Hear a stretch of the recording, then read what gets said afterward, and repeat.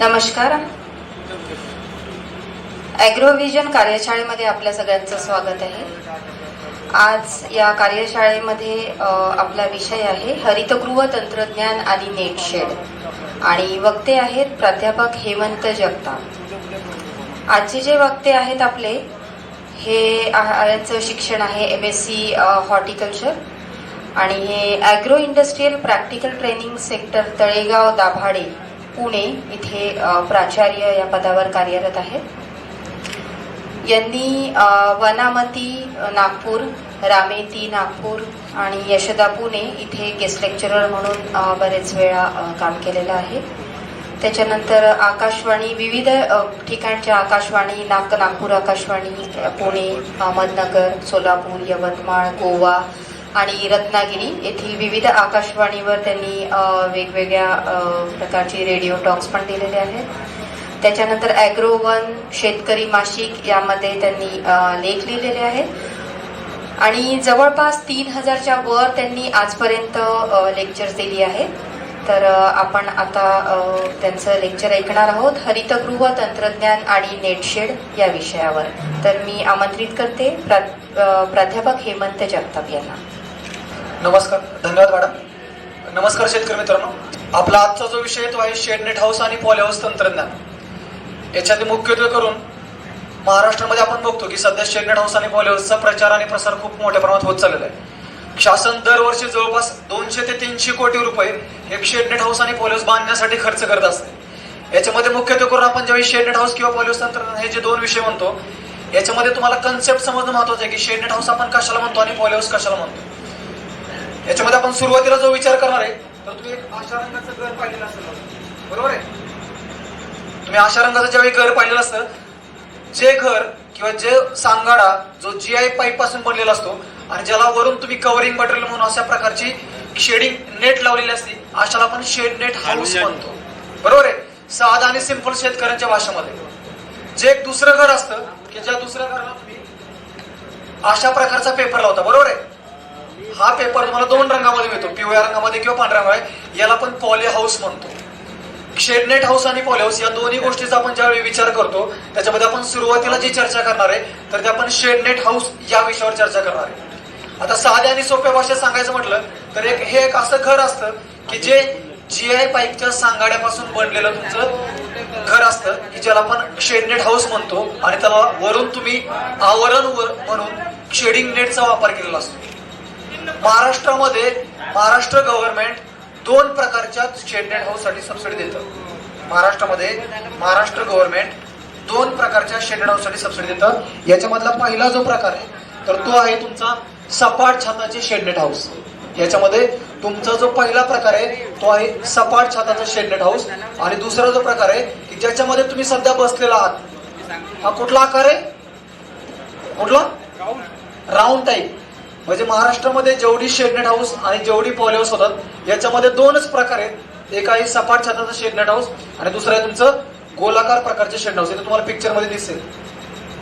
या दोनच प्रकारच्या शेड नेट हाऊसला महाराष्ट्र गव्हर्नमेंट दरवर्षी सबसिडी देत असतं. आता तुमच्या मनामध्ये प्रश्न असेल की सपाट छताचं शेड नेट हाऊस का करायचं किंवा राऊंड प्रकारचं नेट हाऊस का करायचं, बरोबर आहे. जर का तुम्हाला सपाट छताचं नेट हाऊस करायचं असेल, तुमच्याकडे पावसाचं प्रमाण कसे, बरोबर आहे, तुमच्याकडे हवामान कसं आहे, टेम्परेचर कसं आहे, दुसरं म्हणजे तुम्ही आतमध्ये कोणत्या प्रकारच्या भाजीपाला पिकांची लागवड करणार आहे. साहजिकच आहे की जर का तुमच्या भाजीपाला पिकांची उंची कमी असेल, बरोबर आहे, तर तुम्ही कोणत्या प्रकारचं करणार? कुठला? फ्लॅट टाईप नेट हाऊस करणार किंवा सपाट छताचं नेट हाऊस करणार. समजा जर का तुम्ही उंच वाढणारी भाजीपाला पिकं घेणार असेल, वेलवर्गीय भाजीपाला पिकं घेणार असेल तर तुम्हाला तिथं गोलाकार प्रकारचे नेट हाऊस करायला लागेल. शासन जे सबसिडी देतं तर या दोन प्रकारच्या शेड नेट हाऊस साठी सबसिडी देतं. दुसरा याच्यामध्ये महत्वाचा विषय येतो की तुम्हाला याची उंची किती ठेवावी लागेल. जर का तुम्हाला याच्यासाठी सबसिडी पाहिजे असेल का तुम्ही 500 मीटर उंचीचं बांधू शकता का? 1000 मीटर उंचीचं बांधू शकता का? शासनाच्या नियमानुसार जर का एखाद्या शेतकऱ्याला सपाट छताचं नेट हाऊस करायचं असेल, शासनाच्या नियमानुसार जर का एखाद्या शेतकऱ्याला सपाट छताचं नेट हाऊस करायचं असेल तर तुम्हाला त्याची मधली उंची एकतर 3.25 मीटर असली पाहिजे किंवा 4 मीटर असली पाहिजे, बरोबर आहे. म्हणजे याच्यामध्ये उंचीचे दोन मॉडेल्स आहेत. एखाद्या शेतकऱ्याला जेव्हा आपण फ्लॅट टाईप नेट हाऊस करायचं असतं. त्याच्यामध्ये एक तर तुम्ही ते 3.25 मीटरचं करू शकता किंवा ते 4 मीटर उंचीचं करू शकता. दुसरा जो प्रकार आहे आपला राऊंड टाईप नेट हाऊस किंवा त्याला आपण दुसऱ्या भाषेमध्ये म्हणतो गोलाकार टाईप नेट हाऊस, अर्धगोलाकार टाईप नेट हाऊस किंवा त्याला अजून तिसरं नाव आहे डोम शेप नेट हाऊस किंवा त्याला अजून एक नाव आहे टनेल टाईप नेट हाऊस. कुठलं जरी पकडलं तरी तुमचं ते round type net house, tunnel type net house. आता याच्यामध्ये तुम्ही काय करू शकता, ज्या शेतकऱ्यांना उंच वाढणारी भाजीपाला पिकं घ्यायचे जसं की आपण म्हणतो ढोबळी मिरची, काकडी, टोमॅटो, वेलवर्गीय सर्व भाजीपाला पिकं तुम्ही हे राऊंड टाईपच्या नेट हाऊस मध्ये घेऊ शकता. या दोन्हीला एखाद्या शेतकऱ्याला जर का फ्लॅट टाईप नेट हाऊस करायचं असेल किंवा एखाद्या शेतकऱ्याला जर का राऊंड टाईप नेट हाऊस करायचं असेल तर कमीत कमी तुम्हाला किती क्षेत्र असलं पाहिजे तर तुम्हाला शासन सबसिडी देणार आहे. जास्तीत जास्त तुम्हाला किती क्षेत्र असणार आहे तर तुम्हाला शासन सबसिडी देणार आहे. बरोबर आहे, महत्वाचा प्रश्न आहे ना. याच्यामध्ये एक प्रश्न असा आहे, एखाद्या शेतकऱ्याला जर का दोन्हीपैकी कुठल्याही प्रकारचं नेट हाऊस करायचं असेल, दोन्हीपैकी कोणत्याही प्रकारचं नेट हाऊस करायचं असेल तर तुम्हाला कमीत कमी 10 गुंठे क्षेत्र असणं गरजेचं आहे. म्हणजे शासनाच्या नियमानुसार एखाद्या शेतकऱ्याला जर का या योजनेचा या स्कीमचा लाभ द्यायचा असेल तर तुमच्याकडे कमीत कमी 10 गुंठे क्षेत्र असणं गरजेचं आहे. जास्तीत जास्त समजा तुमच्या नावावर 4 एकर जमीन आहे, बरोबर आहे. तुमच्या नावावर 4 एकर जमीन असेल तर शासन एका व्यक्तीला घरामधल्या ज्याच्या नावावरती जमीन आहे त्याला 1 एकरापर्यंत सबसिडी देतं. म्हणजे कमीत कमी क्षेत्र तुमचं 10 गुंठे ते जास्तीत जास्त तुम्हाला 1 एकरापर्यंत या स्कीमचा लाभ घेता येऊ शकतो नेट हाऊस मध्ये. दुसरा प्रश्न येतो की याच्यामध्ये तुम्ही बघता की एक शेड नेट हाऊस दिसतं, तुम्हाला कोणतं पीक घ्यायचंय आणि त्यासाठी कोणत्या रंगाची शेड नेट वापरायची. महाराष्ट्रामध्ये जेवढी शेड नेट हाऊस होतात, जेवढी पॉली हाऊस होतात, याच्यामध्ये बऱ्याचशा शेतकऱ्यांचा थोडासा निगेटिव्ह म्हणजे अनुभव असतो. बरोबर आहे की ही टेक्नॉलॉजी खरोखर परवडेल का. जेव्हा आम्ही विदर्भामध्ये येतो किंवा नागपूर सारख्या ठिकाणी येतो त्यावेळी शेतकऱ्यांचा एकच प्रश्न असतो की आमच्याकडे टेम्परेचर जास्त असतं. आम्ही असतो पुण्यामध्ये, बरोबर आहे. तुमचं टेम्परेचर पश्चिम महाराष्ट्रातलं वेगळं पडतं. विदर्भ, खानदेश, मराठवाडा इथल्या तापमानाचा आणि तिकडल्या तापमानाचा जमीन आसमानाचा फरक आहे. मित्रांनो, ही टेक्नॉलॉजी याच्यासाठी याच्यामध्ये आपण 4 घटक नियंत्रित करू शकतो. बाहेरच्या वातावरणापेक्षा याच्यामध्ये आपण 4 घटक नियंत्रित करू शकतो. याच्यामधला पहिला जो घटक आहे तो आहे तापमान. दुसरा जो घटक आहे तुमचा आतमधला ते आहे आर्द्रता. तिसरा घटक आहे तो तुमचा सूर्यप्रकाश आणि चौथा जो घटक आहे तो आहे कार्बन डायऑक्साईड. तापमान, सूर्यप्रकाश, आर्द्रता आणि कार्बन डायऑक्साईड हे 4 घटक जर का आपण बाहेरच्या वातावरणामध्ये नियंत्रित करू शकलो असतो तर आपल्याला लाखो रुपये खर्च करून शेड नेट हाऊस किंवा पॉली हाऊस बांधण्याची गरज भासली नसती. आता हे 4ही घटक कसे कंट्रोल करायचे, बरोबर आहे. जर का विदर्भामध्ये टेम्परेचर जास्त आहे तर त्याच्यामध्ये शेड नेट किती टक्केवारीची वापरली पाहिजे याचा शेतकऱ्यांमध्ये थोडासा संभ्रम आहे. कोणतं पीक घ्यायचंय, त्याच्यासाठी कोणत्या रंगाची शेडिंग नेट वापरायची हे तुम्हाला समजणं गरजेचं आहे. सांगण्याचा उद्देश काय, टेक्नॉलॉजी चुकीची नाहीये. टेक्नॉलॉजी जर का चुकीची असते तर एकही शेड नेट हाऊस किंवा एकही पॉली हाऊस सक्सेसफुल झालं नसतं. टेक्नॉलॉजी जर का चुकीची असती तर महाराष्ट्रामध्ये एकही शेड नेट हाऊस किंवा एकही पॉली हाऊस सक्सेसफुल झालं. मग आपण चुकतो कुठं. याच्यामध्ये बरेचशे वेळेस शेतकऱ्यांचे अनुभव थोडेसे चुकीच्या दिशेने का जातात. बऱ्याच वेळा मी नेहमी सांगतो, एखाद्या शेतकरी शेड नेट हाऊस लावतो आणि त्याच्यामध्ये ढोबळी मिरची लावतो आणि त्याच्यामध्ये त्या पिकाची फक्त उंची वाढते, फक्त हाईट वाढते, त्याला फुलं येतात परंतु फळ येत नाही. हा शेतकऱ्यांचा नेहमी प्रश्न असतो. सर्वांना समजते का. शेतकऱ्याचा नेहमी प्रश्न काय असतो, एखादा तो स्ट्रक्चर मध्ये भाजीपाला पीक लावतो, त्याची फक्त उंची वाढते परंतु त्याला फुलं येत नाहीत का. कारण की त्या शेतकऱ्याला ज्या कृषी सेवा केंद्रावाल्याने त्याचं जे बी दिलेलं आहे, त्याचं जे रोप दिलेलं आहे त्याला कुठेतरी फसवलेलं असतं का. कारण की त्यांनी बाहेरच्या वातावरणामध्ये येणाऱ्या त्या ढोबळी मिरचीच्या जातीचं ते तुम्हाला रोप दिलेलं असते किंवा ती व्हरायटी दिलेली असते. बाहेरच्या वातावरणामध्ये येणारी जात भाजीपाला पिकाची आणि शेड नेट हाऊस मध्ये किंवा तुमच्या पॉली हाऊस मध्ये येणारी जात ही पूर्णपणे वेगळी आहे हे तुमच्या मनामध्ये फिट बसणं गरजेचं आहे. कारण की बाहेरच्या वातावरणामध्ये तुम्हाला परागीभवन किंवा पॉलिनेशन व्हायला चान्स असतो. जे म्हणतो की आपण हवेमुळं, बरोबर आहे, कीटकांमुळे तुमच्या त्या पिकाचं परागीभवन होत असतं. परंतु शेड नेट हाऊस मध्ये किंवा पॉली हाऊस मध्ये आतमध्ये आपलं परागीभवन व्हायला चान्स नसतो कारण की ते पूर्णपणे बंदिस्त घर असतं. हे शेतकऱ्याला समजत नाही. तो कृषी सेवा केंद्राला वेगळंच गाईड करतो आणि परत शेतकरी काय म्हणतो. आता मी मागाशी एका स्टॉलला व्हिजिट केली होती. एक भाजीपाला पिकांचा एक स्टॉल होता, बरोबर आहे. त्यांना मी विचारलं की बाबा मिरचीची कुठली जात आहे तर तो काय मला म्हणे की शेड नेट मध्ये पण लावा, पॉली हाऊस मध्ये पण लावा, कुठे पण लावा, हे आमचं रोप येतं. म्हणजे तो कंपनीपासूनच आपल्याला सुरुवात इथं स्टार्ट होते की जिथं शेतकऱ्याला कुठंतरी मिसगाईड केलं जातं.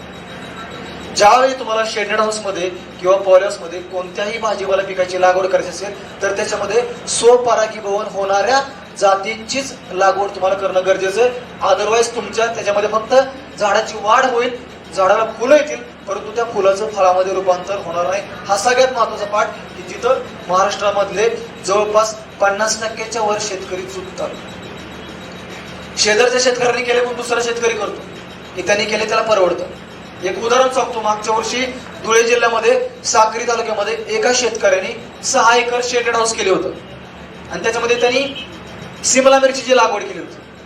पहिल्या वर्षीच त्याला मार्केटला 120 रुपये रेट सापडला. दिवसात 120 रुपये रेट सापडला. पहिल्याच वर्षी त्यांनी सगळं नील करून टाकलं. म्हणजे काय, आम्ही जनरली म्हणत असतो की याच्यामध्ये जर का तुम्हाला सक्सेस व्हायचं असेल या टेक्नॉलॉजीमध्ये तर तुमच्यामध्ये 3 गोष्टी असणं गरजेचं आहे. पहिली गोष्ट म्हणजे संयम, म्हणजे काय, पेशन्स. आता मी पीक लावून दुसऱ्या वर्षी लगेच मला फळ आलं पाहिजे असं होऊ शकत नाही. आता मी पीक लावून मला लगेच 100 रुपये पर किलो रेट सापडेल असं होऊ शकत नाही. मार्केटमध्ये रेट हे व्हॅरिएशन होत असतं.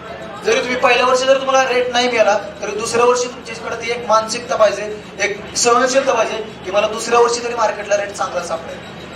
दुसरी गोष्ट म्हणजे तुम्ही स्वतः करणार असेल तर या टेक्नॉलॉजीमध्ये पडा.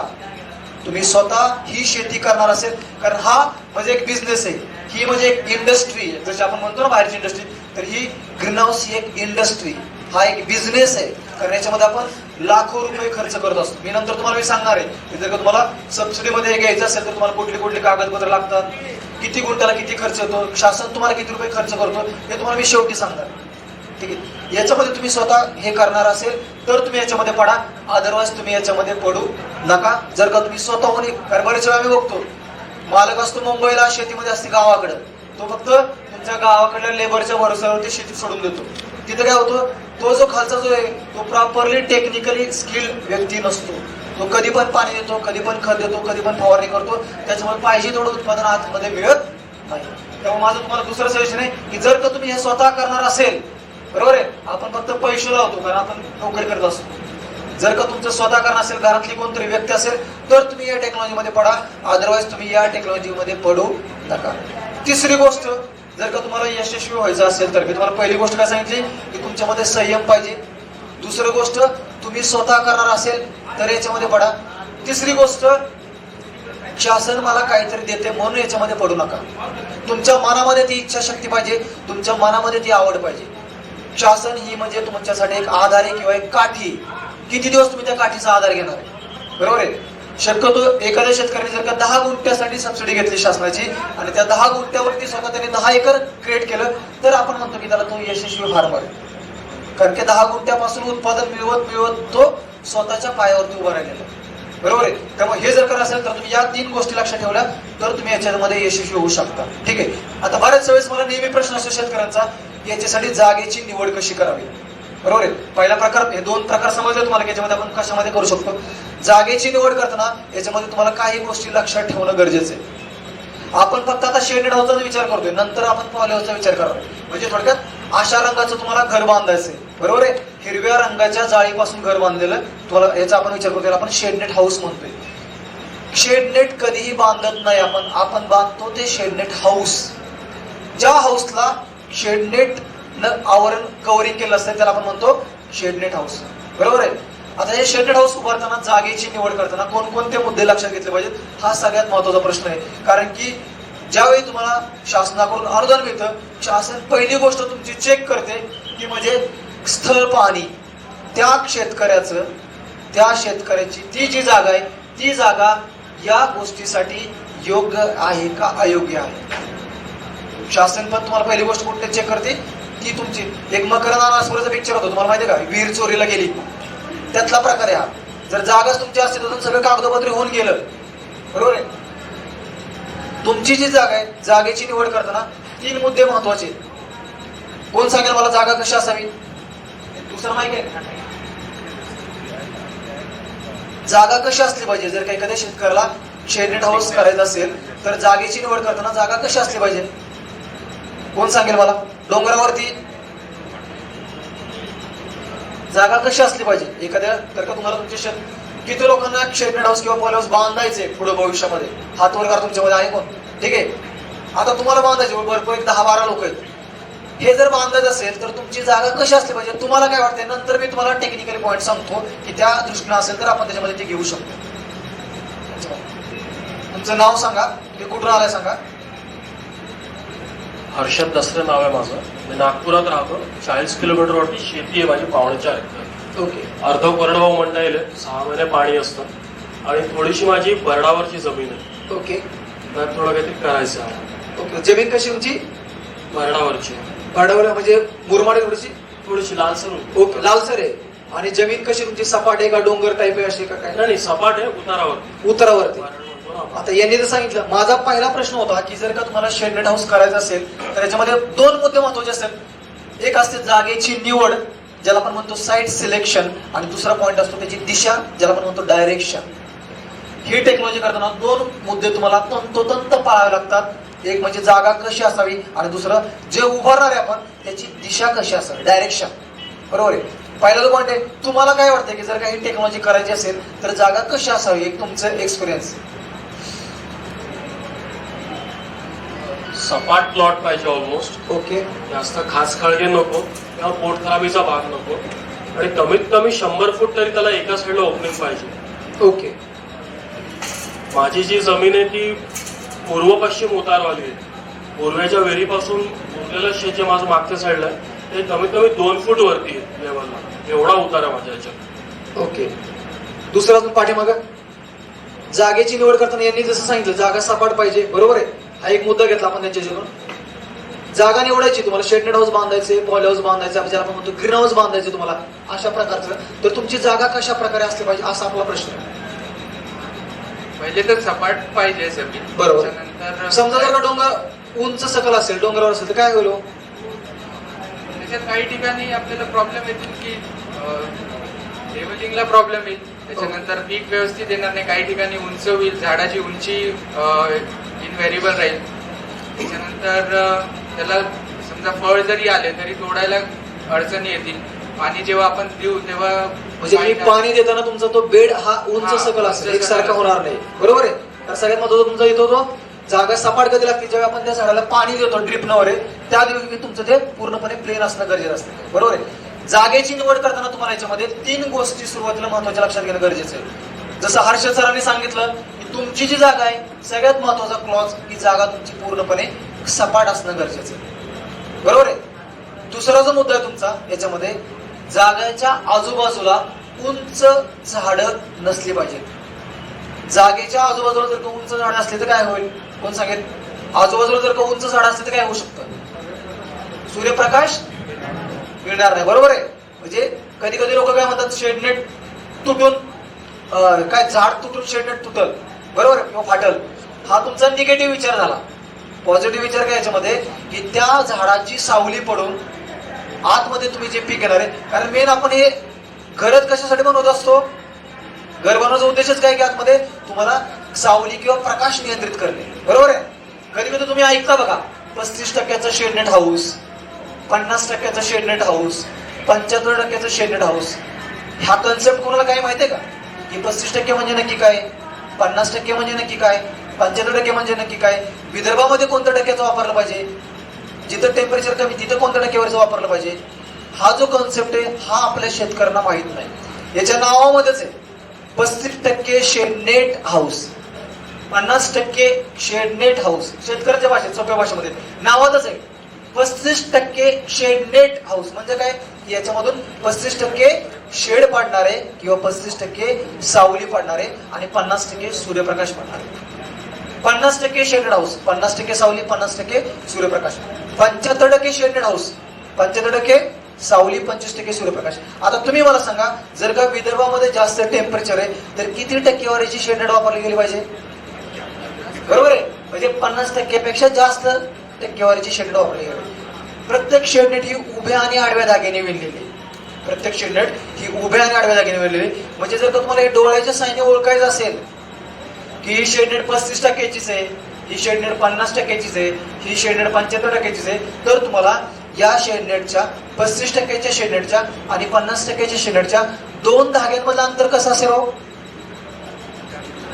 35% जास्त असेल, 50% कमी असेल, 50% कमी असेल. म्हणजे ज्यावेळी तुम्ही आपण हॉटेलच्या बाहेर जेवायला वगैरे जातो, त्या हॉटेलच्या ढाब्यांच्या बाहेर जी नेट टाकलेली असते तुमची, तर ती जास्त टक्केवारीची नेट असते. आपल्याला दुकानदार फसवतात. साहजिक आहे, शेडनेटची टक्केवारी जशी जास्त असणार आहे तसा त्याचा पर स्क्वेअर मीटरचा रेट पण जास्त असणार आहे, कारण त्याला मटेरियल तुमचं जास्त लागणार. हा एक कन्सेप्ट आहे. ठीक आहे. आपल्या महाराष्ट्रामध्ये जेवढी शेडनेट हाऊस होतात साधारणतः 50% शेडमध्ये आपली पिकं चांगल्या प्रकारे येतात. परंतु जिथं टेम्परेचर जास्त आहे, विदर्भ आणि खानदेश, तिथं तुम्ही 60%, 75% शेडनेट जरी वापरले तरी चांगलं असतं. ठीक आहे. माझा जो पॉईंट होता की जागेची निवड करताना कोणकोणते मुद्दे लक्षात घेतले पाहिजेत. पहिला मुद्दा आहे, जागा तुमची पूर्णपणे सपाट असली पाहिजे. बरोबर आहे.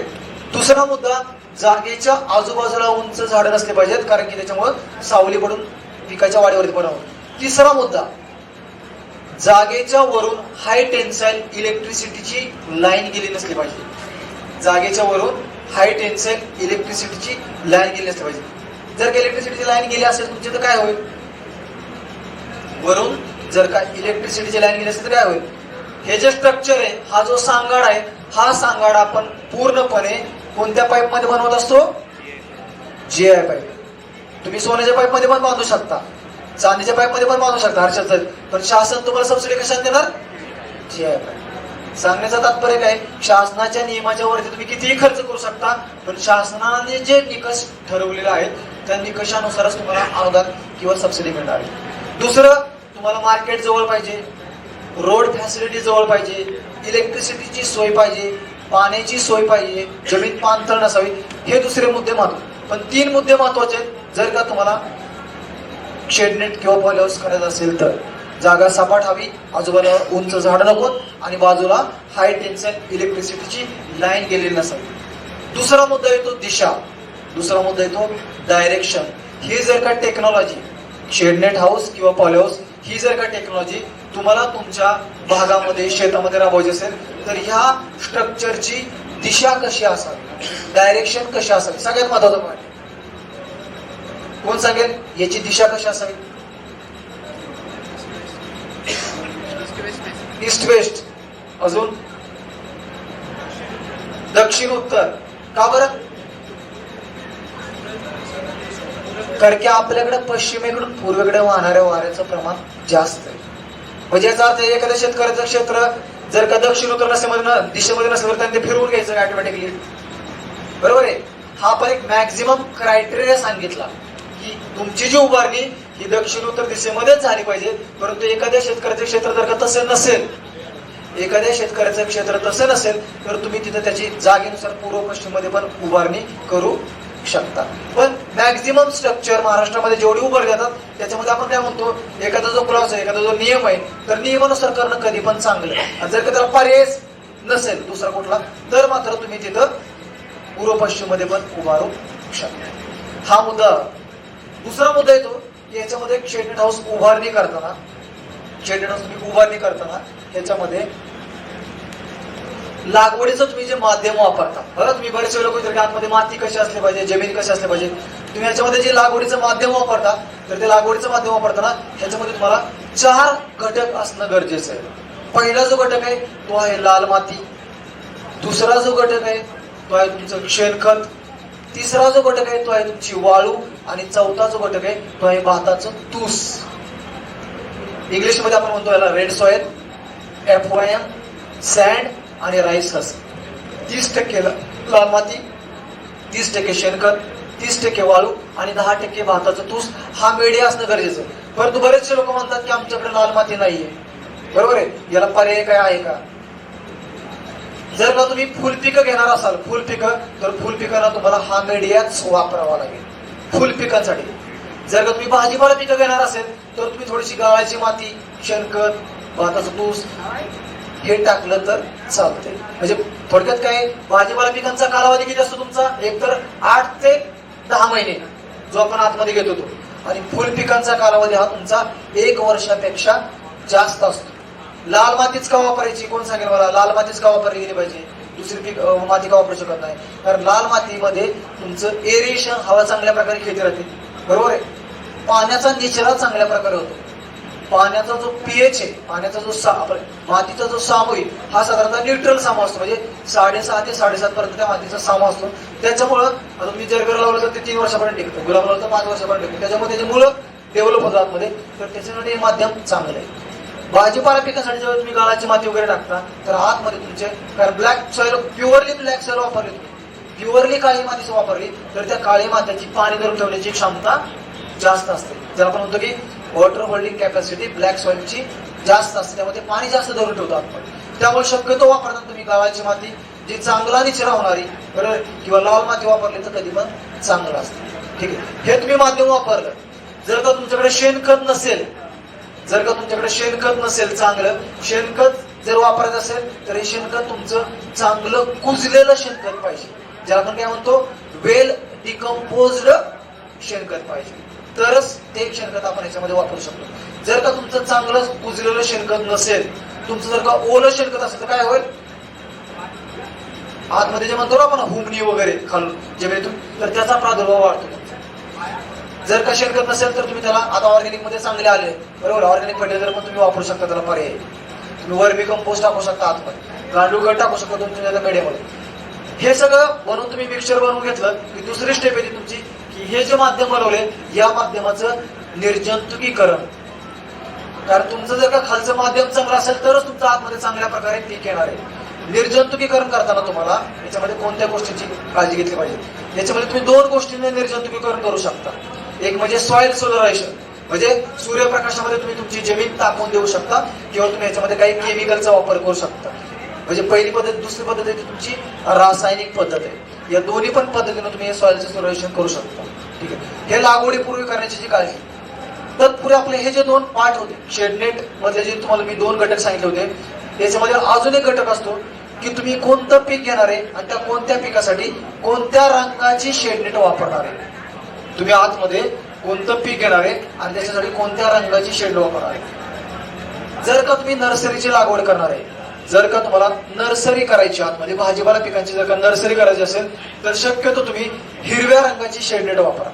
या शेडनेट मध्ये पण 2 प्रकार आहेत. एक असते मोनोनेट आणि दुसरी असते टेपनेट, बरोबर आहे. एक असते मोनोनेट आणि दुसरी असते टेपनेट. जेव्हा आपण ही टेक्नॉलॉजीचा कन्सेप्ट बघतो याच्यामध्ये 2 पार्ट आहेत, मोनोनेट आणि टेपनेट. शक्यतो नर्सरी पिकासाठी तुम्ही टेपनेट वापरलेली चांगली असते, कारण त्याच्यामध्ये उष्णता जास्त शोषून घेतली जात नाही आतमध्ये. टेपनेट मध्ये तुमची जास्त उष्णता आतमध्ये शोषून घेतली जाते. हिरव्या रंगाची नेट वापरायची, पूर्णपणे हिरव्या रंगाची.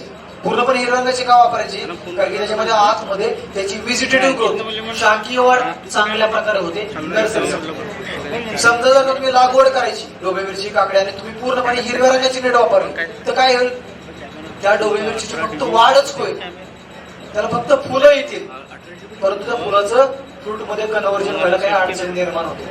आपल्याकडे काहीच नाही. इस्रायल सारख्या देशामध्ये एखादं जर का पीक घ्यायचं असेल तर ते त्याच्यावरून वेगवेगळ्या रंगाची शेड नेट वापरतात.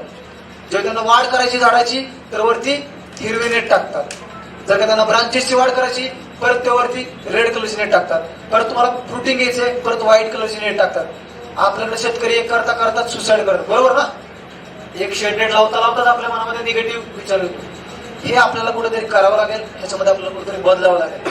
ते मुळात काय की तुम्हाला माहिती आहे की करायचं. कंपनीवाले काय करतात माहितीये, कंपनीवाले त्यांच्याकडे जी शेड नेट आहे, कंपनीला माहितीये का तुम्हाला आतमध्ये ढोबळी मिरची करायची, कंपनीला माहितीये का तुम्हाला आतमध्ये नर्सरी करायची. कंपनीवाला काय करतात, त्यांच्याकडे जी उपलब्ध शेड नेट आहे त्यांच्याकडे, हा ते तुम्हाला मी तो सांगतोय. कारण हे बऱ्याचशा अधिकाऱ्यांना पण माहित नाही, कृषी अधिकाऱ्यांना पण बऱ्याचशा माहित नाही. जर का तुमचं 2080 एरिया असेल तर तो सबसिडीमध्ये फक्त ते 2000च काउंट करतात, पण तो नियमानुसार तो वरचा जो 80 रुपये तो पण काउंट करणं गरजेचं आहे. तो पण काउंट करणं गरजेचं आहे. त्या 80 रुपये स्क्वेअर मीटरचं त्या शेतकऱ्याचं नुकसान होतं.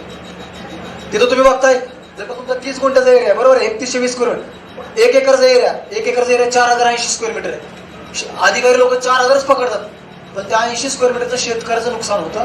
तर तो 4080 हा जो एरिया आलेला आहे हा तो ऍक्च्युअल डिझाईन नुसार आलेला आहे. ऍक्च्युअल त्या आमचं जो डिझाईन ठरलं त्याच्यानुसार आलेला आहे. मी 32/68 करतोय पॉलीहाऊस, हा, त्यामुळे माझं 2176 चाललं होतं. 2176 तर तुम्हाला 2176 लाच सबसिडी मिळणं गरजेचं आहे. त्याच्यामध्ये 1 स्क्वेअर मीटर पण कमी करू शकत नाही तो अधिकारी. बरोबर. 2176 म्हणजे 2176 जर नाही आला तर माझं त्या अधिकाऱ्याचं बोलणं करून.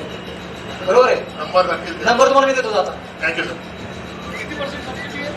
50% सबसिडी म्हणजे समजा जर का तुम्हाला 10 गुंठ्याचं पॉली हाऊस करायचंय, 10 गुंठ्याच्या पॉली हाऊसचा शासनाचा रेट आहे 935 रुपये, 20 गुंठ्याचा पॉली हाऊसचा शासनाचा रेट आहे 890 रुपये, 30 गुंठ्याचा रेट आहे 844 रुपये, 1 एकराचा रेट आहे 844 रुपये. तुम्हाला जेवढ्या गुंठ्याचं करायचंय त्या गुंठ्याला या रेटनं मल्टिप्लिकेशन करायचं, जी किंमत येईल त्याचा 50% सबसिडी, 50% तुम्हाला खर्च करायचा. Actually cost sir 935 multiplied by 10 गुंठे असं करावं लागेल. 935 इंटू 1008 1008. जी काही रक्कम येईल 50% तुम्हाला बिअर करायची 50%. परंतु एक नेहमी लक्षात ठेवा, सगळा खर्च सुरुवातीला हा शेतकऱ्यालाच करावा लागतो, सबसिडी नंतर तुमच्या अकाउंटला मिळते. नाही तर तुम्ही आता कमी म्हणून तुम्हाला 10 गुंठ्याला जर का 9,35,000 खर्च आला तर मला फक्त 4.5 लाखच खर्च करायचा असं नाही. सगळे पैसे सुरुवातीला तुम्हाला खर्च करायचे, नंतर सबसिडी शासन येतं बघतं खरोखर नियमानुसार चालेल का नाही आणि मग सबसिडी तुमच्या अकाउंटला ट्रान्सफर होते. बँकेतून कर्ज घ्यावंच असा 2 वर्षापूर्वी नियम होता. म्हणजे तुमच्याकडे कोट्यवधी जर रुपये होते तर तुम्हाला बँकेची पायरी झिजवायला होते. आता मात्र तुम्ही तुमच्या खिशातले पैसे टाकू शकता आणि डायरेक्टली उभारू शकता. आधी परमिशन घ्यावं लागेल, शेती टाकायच्या आधी बँकेची कृषी विभागातून परमिशन आपल्याला सबसिडी मिळेल. नाही, जर का तुम्हाला सबसिडीनुसार करायचं असेल तर तुम्हाला साहजिकच एक कृषी विभागाच्या अगोदर परमिशन पाहिजे.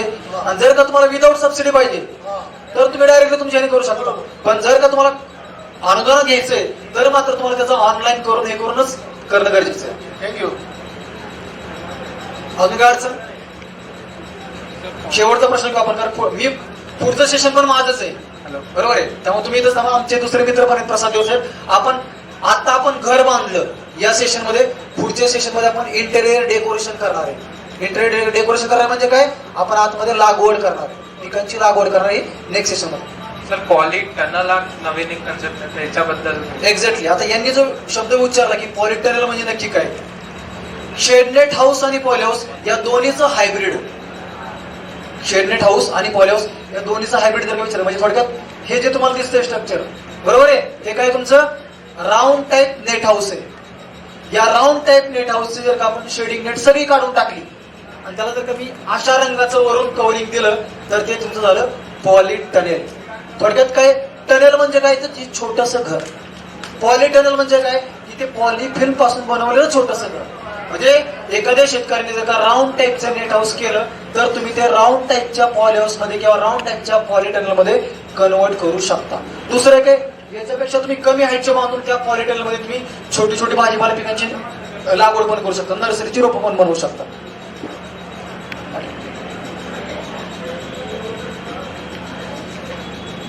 मला थोडा लेट झाला यायला, तर आमचं असं अंडरस्टँडिंग होतं की 26 गुंठ्याला पुढे किंवा कमीत कमी 26 गुंठ्याचा पॉली हाऊस केला तरच.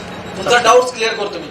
आता यांचा जो डाऊट आहे मनामध्ये, बरोबर आहे की 26 गुंठ्याच्या पुढे पॉली हाऊस केले तरच मला सबसिडी मिळते, त्यांचा डाऊट क्लिअर आहे. फक्त तुम्हाला थोडंसं स्कीमची माहिती. आपण जे घेतो महाराष्ट्रामध्ये जे करतोय याच्यामध्ये 2 स्कीम आहेत. एक पहिली जी स्कीम आहे ते आहे नॅशनल हॉर्टिकल्चर मिशन, ज्याला मी म्हणतो की NHM, ज्याला आपण म्हणतो राष्ट्रीय फलोत्पादन अभियान. त्यांनी जे सांगितलं ते बरोबर आहे, पण ती जी स्कीम आहे तर ती सेंट्रलची स्कीम आहे, त्याचं नाव आहे नॅशनल हॉर्टिकल्चर बोर्ड, ज्याला आपण म्हणतो की NHB, ज्याला आपण म्हणतो राष्ट्रीय बागवानी मंडळ. एखाद्या शेतकऱ्याला जर का खूप मोठ्या प्रमाणावर 2 हेक्टर पर्यंत करत असेल तर तुम्ही NHB जी सेंट्रल गव्हर्नमेंटची स्कीम आहे त्याच्यामधून नाव नोंदणी करू शकता. पण त्या स्कीम मधून तुम्हाला करायचं असेल तर तुम्हाला कमीत कमी सुरुवात ही 26 गुंठ्यापासून करावी लागते. आणि जर का तुम्हाला NHM आपल्या राज्य सरकारच्या स्कीम मधून करायचं असेल तर कमीत कमी तुम्ही 10 गुंठ्यापासून ते जास्तीत जास्त 1 एकरापर्यंत सुरुवात करू शकता. एक आहे की ज्यावेळी तुम्ही सेंट्रल गव्हर्नमेंटच्या स्कीम मधून लाभ घेता त्यावेळी तुम्हाला फार लेबर क्वार्टर, जागेची साफसफाई, आतमध्ये कोल्ड चेंबर, उभारणी, ड्रीप, प्लांटिंग मटेरियल सगळ्या गोष्टींना तुम्हाला आतमध्ये सबसिडी मिळते.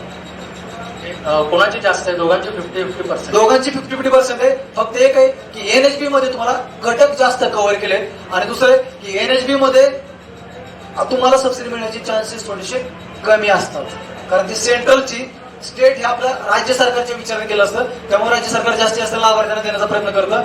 NHBचं तुम्ही वाचताल तर काही दिवस 1-2 वर्ष वेटिंगला पडलेत शेतकरी. आणि तेच एनएचबीला जवळपास होतच नाही कारण त्याला वेटिंगच खूप आहे. प्री अप्रूव्ड काय असा प्रकार असतो का? काही काही जण म्हणतात नाही नाही, एनएचबीला जर का तुम्हाला सबसिडी पाहिजे असेल तर तुम्हाला बँक लोन अगोदर होणं कंपल्सरी गरजेचं आहे, मगच एनएचबी देतं. आणि आपले एनएचएम आहे त्याला तुम्ही करून मग बँक लोनला अप्लाय करू शकता. पण सेंट्रलला अगोदर बँक लोन दाखवा आणि मग अप्लाय करा, असं करायचं. हळद होऊ शकते का पॉली नाही आता ह्याच्यामध्ये अजून प्रयोग कोणी केलेला नाहीये. आम्ही जनरल ह्याच्यामध्ये जे म्हणतो बरेच लोक आतमध्ये आंबा होईल का, केळी होईल का, व्हायला पिकं सगळी होतील, परंतु त्या पिकावरती अजून ते प्रूव्हन नाही. बरोबर आहे. करायचं म्हटलं तुम्ही करू शकता. जसं मी सकाळी म्हटलं आलेलं आहे की एखाद्या शेतकऱ्याने चुकून बाहेरच्या वातावरणातली व्हरायटी आतमध्ये लावली तर त्याला पण पर्याय आहे. तुम्हाला बाजूचे पडदे ओपन करून ठेवायचे आणि वारा आतमध्ये जाऊन द्यायचंय की जेणेकरून तुमचं पॉलिनेशन आतमध्ये चांगल्या प्रकारे होऊन तो शेतकरी चांगल्या प्रकारे उत्पादन घेऊ शकतो. त्याला ते पीक काढून टाकणे हा मार्ग नाही आत. ठीक आहे.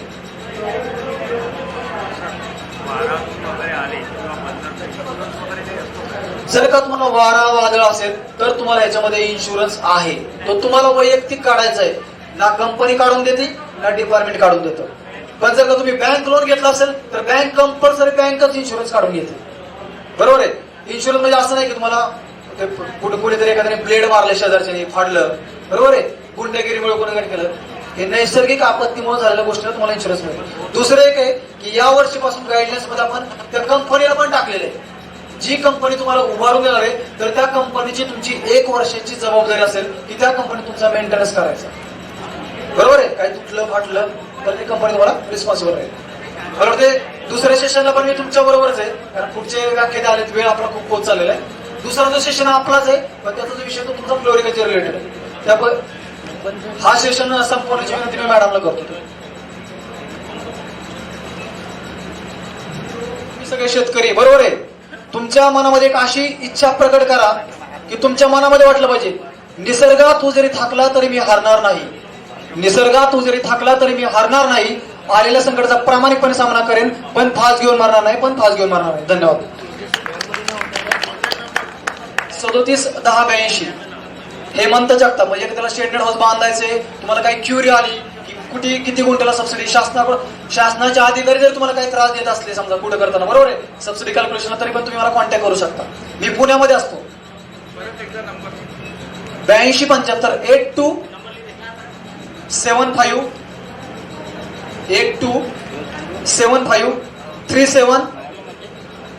371082. मला वाटतं सर्व लोकांनी इथंच थांबा. आम्ही तुमचा जास्त वेळ घेणार नाही, फक्त अर्धा ते पाऊण तास घेणार आहे. आपल्यामध्ये प्रगतशील शेतकरी पण आहेत, बरोबर आहे, त्यांचं पण आपण मनोगत ऐकणार आहे आणि पण आपण थोड्याशा फुलपिकांच्या लागवडीचं कल्टिवेशन बघणार आहे या ठिकाणी. धन्यवाद जगताप सर. आज जगताप सरांनी आपल्याला माहिती दिलेली आहे हरितगृह तंत्रज्ञान आणि नेटशेड या विषयावर. यामध्ये आपल्याला सरांनी बऱ्याच महत्वाच्या गोष्टी सांगितल्या आहेत ज्या आजपर्यंत आपण ऐकल्या सुद्धा नव्हत्या. तर वातावरणानुसार कोणती शेडनेट वापरावी किंवा पिकानुसार कोणती शेडनेट वापरावी, बाहेरील वातावरणात वाढणाऱ्या पिकांच्या जाती आणि शेडनेटमध्ये वाढणाऱ्या पिकांच्या जाती यात फरक असतो हेही आज आपल्याला कळलेलं आहे सरांच्या व्याख्यानातून. त्याच्यानंतर शेडनेटसाठी येणारा खर्च, शेडनेटमध्ये येणाऱ्या अडचणी, शेडनेटसाठी जे आपल्याला शासनाकडून अनुदान मिळत असतं त्याच्याबद्दल सरांनी माहिती सांगितलेली आहे. त्याच्यानंतर शेडनेटमध्ये जर तुम्हाला शेती करायची असेल तर त्याचे काय नियम असावे याबाबतही सरांनी आपल्याला अवगत केलेलं आहे. तसंच शेडनेटमध्ये शेती करताना, जागेची निवड करताना कोणकोणते मुद्दे लक्षात घ्यायचे, जागा कशी असावी, शेडनेटच्या शेतीसाठी दिशा कशी असावी, त्याच्यानंतर कोणत्या पिकासाठी कोणत्या प्रकारची शेडनेट वापरावी हे सगळं सरांनी आपल्याला सविस्तरपणे सांगितलेलं आहे. सबसिडीसाठी लागणारी आवश्यक ती कागदपत्रे ही फार महत्वाची माहिती या सरांनी आपल्याला दिलेली आहे. अर्थातच शेडनेट तंत्रज्ञानामधल्या सगळ्याच प्रकारच्या तांत्रिक बाबींची सरांनी आपल्याला माहिती दिलेली आहे.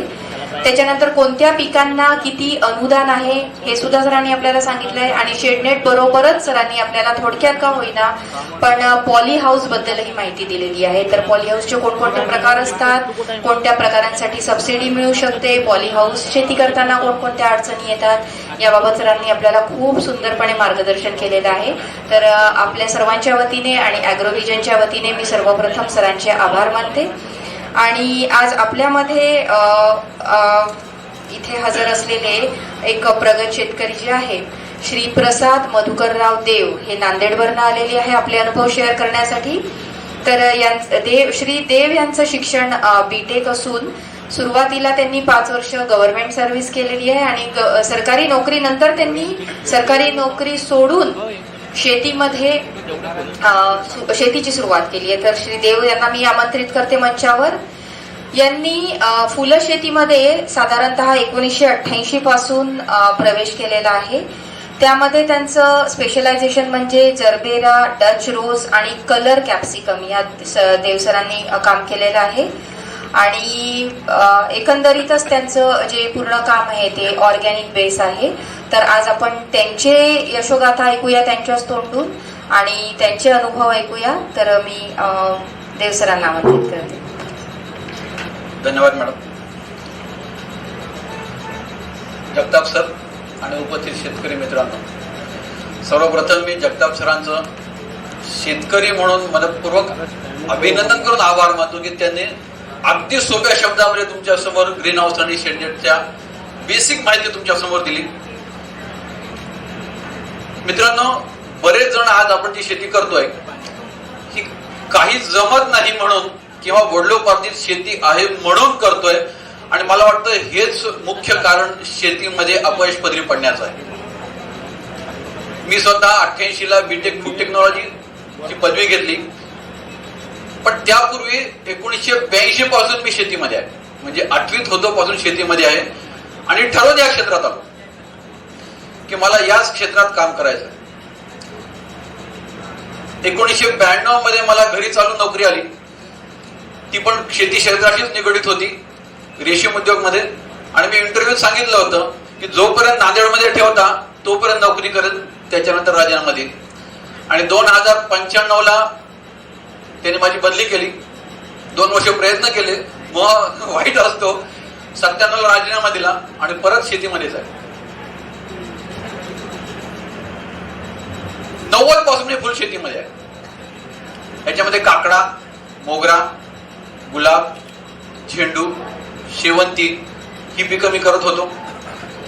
मुदखेड इथं माझी शेती आहे आणि आमचं मूळ सगळ्यात मोठं मार्केट हे आम्हाला हैदराबाद होतं आणि निजामाबाद. मित्रांनो, शेती करत असताना काही गोष्टीचे पथ्य पाळले पाहिजेत, जी विशेषतः पाळली जात नाहीत म्हणूनही आपल्याला अपयश येतं. हे सगळं करत असताना म्हणावा तसा पैसा मिळत नव्हता, म्हणून 2006 मध्ये आम्ही केव्हीके बारामतीला हायटेक म्हणजे ग्रीन हाऊस तंत्रज्ञानाचं 5 दिवसाचं प्रशिक्षण घेतलं. सरांनी सांगितलं आणि खरंच मित्रांनो, बारामतीमध्ये गेल्यानंतर आमचे डोळे उघडले. त्या प्रशिक्षणाच्या कालावधीमध्ये त्यांनी आम्हाला काही ग्रीन हाऊस वाल्यांची ओळख करून दिली.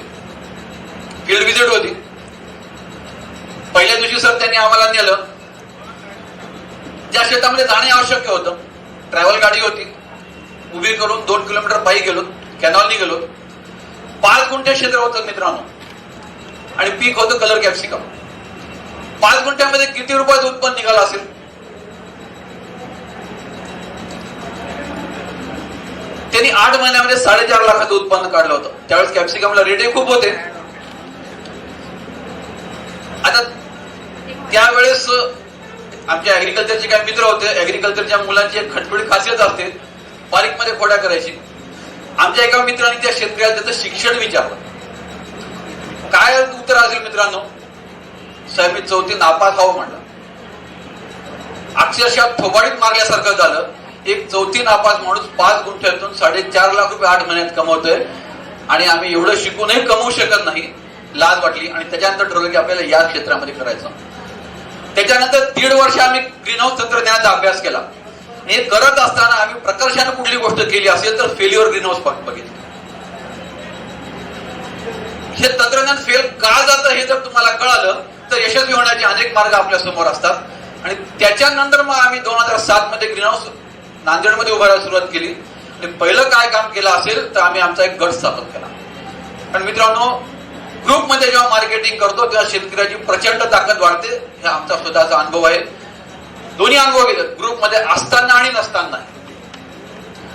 2007 मध्ये जेव्हा आम्ही ग्रीन हाऊस उभं केलं, कारण मार्केटमध्ये तुम्ही कुठेही जा, कच्च्या मालामध्ये फसवणूक ही मोठ्या प्रमाणावर आहे. पूर्वी होती, आजही आहे. अडका माल विकतो आणि पैसे देत नाही. आज देतो, उद्या देतो करतो. नांदेडलाही माल विकला आम्ही, मुंबईला विकला, पुण्याला विकला, दिल्लीला विकला, जम्मू काश्मीरपर्यंत माल पाठवला, पण प्रत्येक ठिकाणी हाच अनुभव येतो. सुरुवातीला पेमेंट बरोबर देतात, नंतर 5%, 10% असं करत करत शेवटी तो शेतकऱ्याला खूप मोठी टोपी घालतो. हे करत असताना या गोष्टी बघितल्यानंतर आम्ही ग्रुप तयार केला आणि हैदराबाद, पुणे, मुंबई, दिल्ली या 4ही मार्केटला गेलो. तिथल्या व्यापाऱ्यांना आम्ही नांदेडला आमंत्रित केलं. मग आम्ही काय करतो तुम्ही या, हे बघा आणि मग नंतर आपण मार्केटिंगचं ठरवू. त्याप्रमाणे ते शेतकरी ते वाढते आले आमच्याकडे बघायला आणि आमच्या ग्रुपची ताकद एवढी होती की आमचा माल 17 डिसेंबर 2007 ला तोडणी सुरू झाली. त्यापूर्वी 3 डिसेंबर 2007 ला आमच्या खात्यामध्ये व्यापाऱ्यांनी 3 लाख रुपये टाकले. कुणी व्यापारी आपल्याला ऍडव्हान्स मध्ये पैसे देईल मित्रांनो, इंडिव्हिज्युअल कुठल्याही शेतकऱ्याला देणार नाही. पण ही ग्रुपची ताकद होती आणि आम्ही त्यांना एकच शब्द दिला होता की तेजी मंदी आपण बरोबर राहूया. कारण कच्च्या धंद्यामध्ये तेजी मंदी हा फार मोठा कॉन्सेप्ट आहे, बऱ्याच जणांना माहित नाही.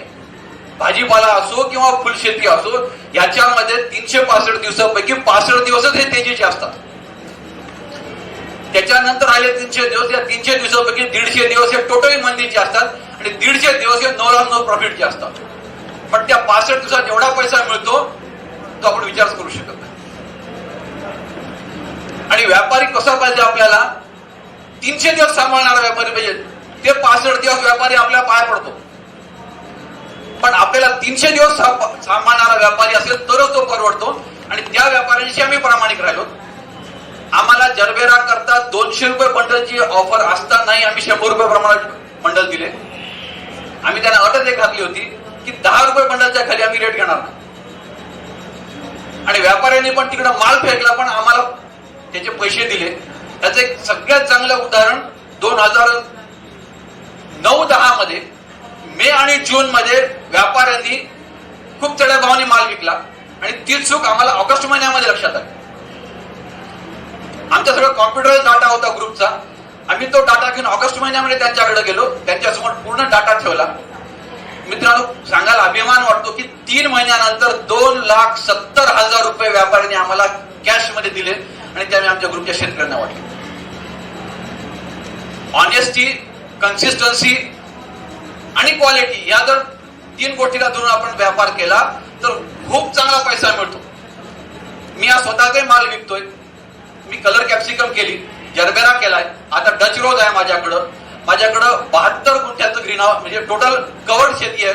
त्यापैकी 22 गुंठे माझ्याकडं शेडनेट हाऊस आहे आणि 62 गुंठे माझ्याकडे ग्रीन हाऊस आहे. ह्याच्यामध्ये 10 गुंठ्याचं 1, 13 गुंठ्याचे 2 आणि 26 गुंठ्याचं 1. सर, मी कमिटीवर असतानाही आपण म्हणला एकही गुंठा वाया जाणार नाही, पण आज माझे 13 गुंठ्याचे 2 ग्रीन हाऊसचे 3 गुंठ्याचे पैसे मिळाले नाहीत. 26 गुंठ्याचं ग्रीन हाऊस केलं त्याचे पैसे मिळाले नाहीत. कारण सरने आधी योग्य सांगितलं की त्या अधिकाऱ्यांना हे माहितीच नाही. तर हे सगळं करत असताना नेमकं काय अवलंबलं पाहिजे म्हणजे आपल्याला यश मिळतं. तर याच्यामध्ये काही ठराविक गोष्टी आहेत. सगळ्यात पहिल्यांदा बघितलं पाहिजे की माझ्या शेताचं लोकेशन कुठं आहे. एक किंवा व्यापार मला दुकान टाकायचं असेल किंवा एखादी इंडस्ट्री टाकायची असेल तर तो काय बघतो की मी कुठं चालू करणार आहे, माझं मार्केट कुठलं आहे. तर पहिल्यांदा मार्केट बघितलं पाहिजे. त्या मार्केटमध्ये कुठलं फुल किंवा कुठला भाजीपाला विकला जातो हे बघितलं पाहिजे. मार्केट पासून माझ्या शेताचं अंतर किती आहे हा सगळ्यात महत्वाचा प्रश्न आहे की मला काय आणि किती वाजता नेऊन विकायचं आहे. त्याच्यानंतरचा मुद्दा येतो की माझ्याकडे लेबर किती आहे, मॅनपॉवर किती आहे. त्याच्यानंतरचा मुद्दा येतो माझ्याकडे पाणी किती आहे आणि माझ्याकडे तंत्रज्ञान कुठलं आहे. या गोष्टीचा जर आपण विचार केला तर हायटेक टेक्नॉलॉजी किंवा कुठल्याही ओपन फील्डची टेक्नॉलॉजी शेतीमध्ये तुम्ही भाजीपाला करा किंवा फुल शेती करा मायनस मध्ये जाणार नाही, म्हणजे 100% जाणार नाही. पण या गोष्टीकडे दुर्लक्ष केलं तर निसर्गामध्ये चुकीला माफी नाही. माझं चुकलं तर मी तुमची माफी मागू शकतो, पण निसर्गात आपण जर चुकलो तर बिना आवाजाची काठी आपल्याला ठोकायला अगदी तत्पर असते. आता मी जेव्हा जरबेरा करायचं ठरवलं, आम्ही काय केलं की मार्केटमध्ये काय विकतंय.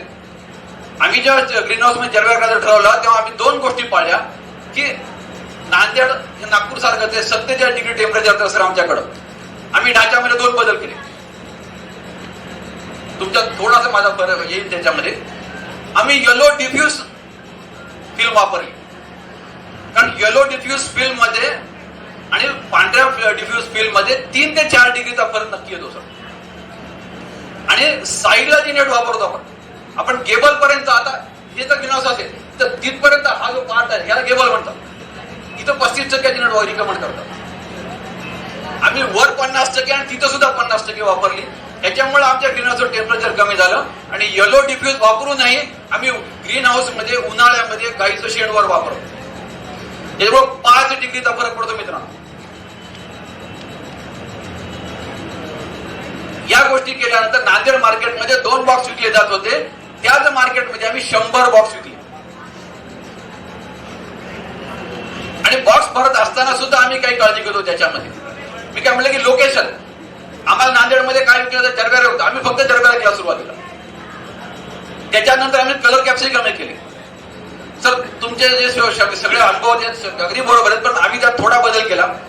ग्रीन हाऊस मध्ये किंवा शेडनेट मध्ये आपण जेव्हा कलर कॅप्सिकम कुठली कॅप्सिकम करतो तिची हाईट जास्ती वाढते सर.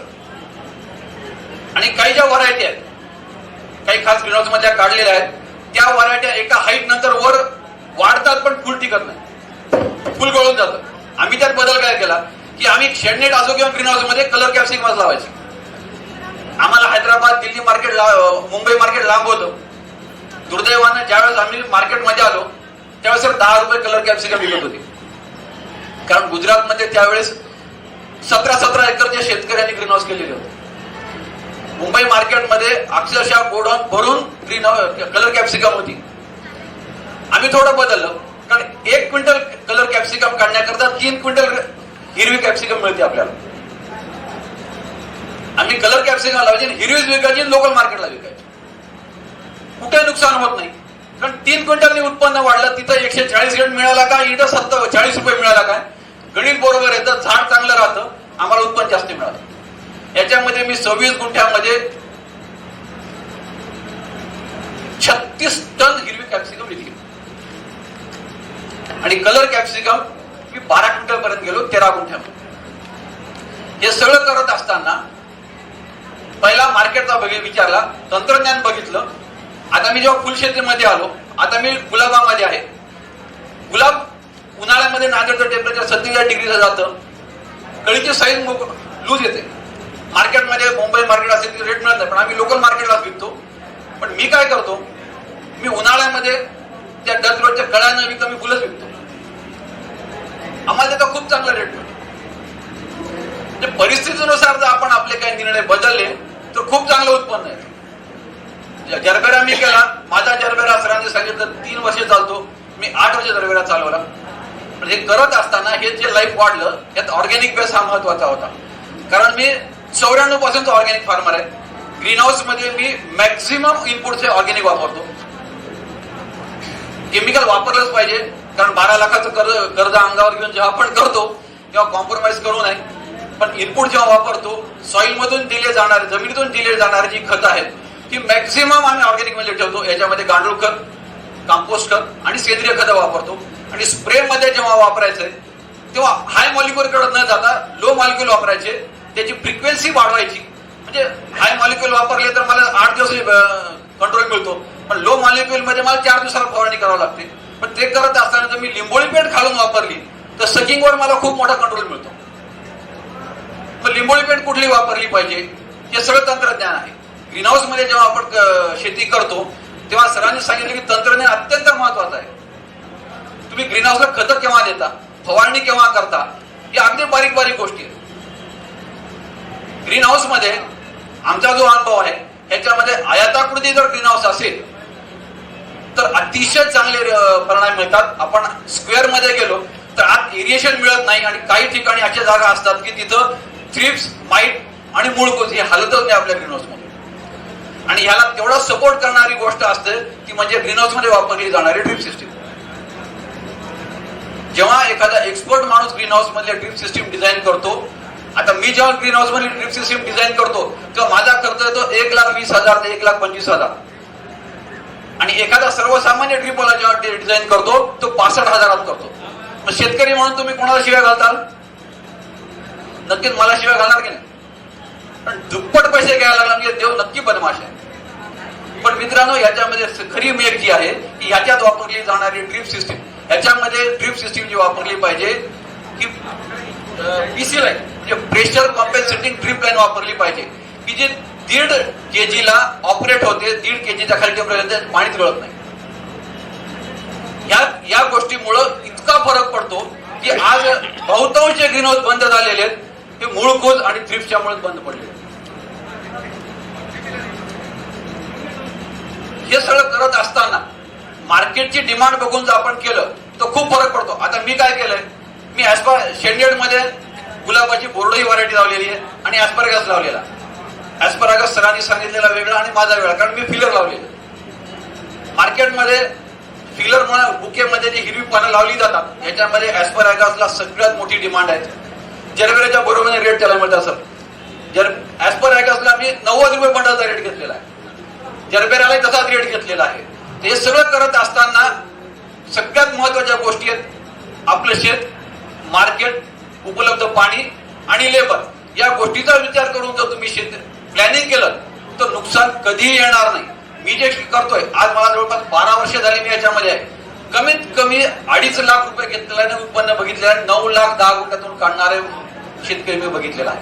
माझा स्वतःचा विचार आला तर गेले 12 वर्ष झाले 10 गुंठ्यातून ग्रीन हाऊस मध्ये 6.5 ते 7 लाख रुपये मी उत्पन्न घेतोय. पण दुर्दैवानं मागच्या वर्षी आणि या वर्षी मला गोगलगायने फार त्रास दिला सर. आपली चिकट शंखेतली जी गोगलगाय असते ती मला कळालीच नाही. त्यामुळे माझा एक प्लॉट अक्षरशः 6 महिन्यामध्येच गेला, जवळपास 7 लाखाचा फटका मला बसला. तर तंत्रज्ञान शिकून घ्या आणि सरांचं मी अभिनंदन करेन, कारण ते त्या कमिटीवर आहेत. तंत्रज्ञान शिकण्याची जी अट तुम्ही घातलेली आहे की नाही ती फार आवश्यक होती, कारण मेजर जे ग्रीन हाऊस फेल ठरले ते याच करता फेल ठरलेले. ग्रीन हाऊस मध्ये खत केव्हा दिलं याच्यावर सुद्धा परिणाम आहे. सकाळी 7:30 ते 9:30 10 पर्यंत तुम्ही खत दिलं तर उत्पन्नामध्ये 25% वाढ आमची नोंदवली गेलेली. फवारणी आपण केव्हा करतो, फवारणी जर सकाळच्या टप्प्यात झाली असेल तर औषधाचं जी फ्रिक्वेन्सी आहे ही खूप कमी होते, पण फवारणी करतानाही खूप मोठा फरक दिसतो. याच्यामध्ये कसं होतं, पाणी फक्त पानावर फवारलं जातं. ग्रीन हाऊस मध्ये जेव्हा आपण फवारणी करतो तेव्हा ती पाचव्यातही फवारली पाहिजे आणि तिथं ग्रीन हाऊसचा शेवटचा ते हॉकी असते, हा जो कोपरा असतो याच्यातही फवारणी झाली पाहिजे. लोक 100 लिटर मध्ये पूर्ण ग्रीन हाऊसची फवारणी करतात, मला 200 लिटर लागतं. पण 2 फवारण्यामध्ये माझं 10 दिवसाचं अंतर आहे. माझी प्रोडक्शन कॉस्ट कंट्रोल मध्ये ठेवायची असेल तर मला या गोष्टीचा बारकाईने विचार करावा लागतो. बेसोल डोस केव्हा दिला पाहिजे सर, दर 3 महिन्याला आम्ही बेसोल डोस देतो. बेसोल डोस वॉटर सोल्युबल खतं कमी करतो. माझी स्वतःची जरबेराची प्रोडक्शन कॉस्ट 100 रुपयाची आहे सर. पश्चिम महाराष्ट्रातली किती आहे आपल्याला माहिती. माझा जरबेरा 18 दिवस टिकतो. श्रेयाज, प्रथमेश, प्रगोजा हे 3 ब्रँड नांदेड मार्केटमध्ये, हैदराबाद मार्केटमध्ये, दिल्लीमध्ये 8-8 दिवसांनी बुक होत होते. कारण त्या व्यापाऱ्याला माहिती की हा माल मी 8 दिवस ठेवून विकू शकतो.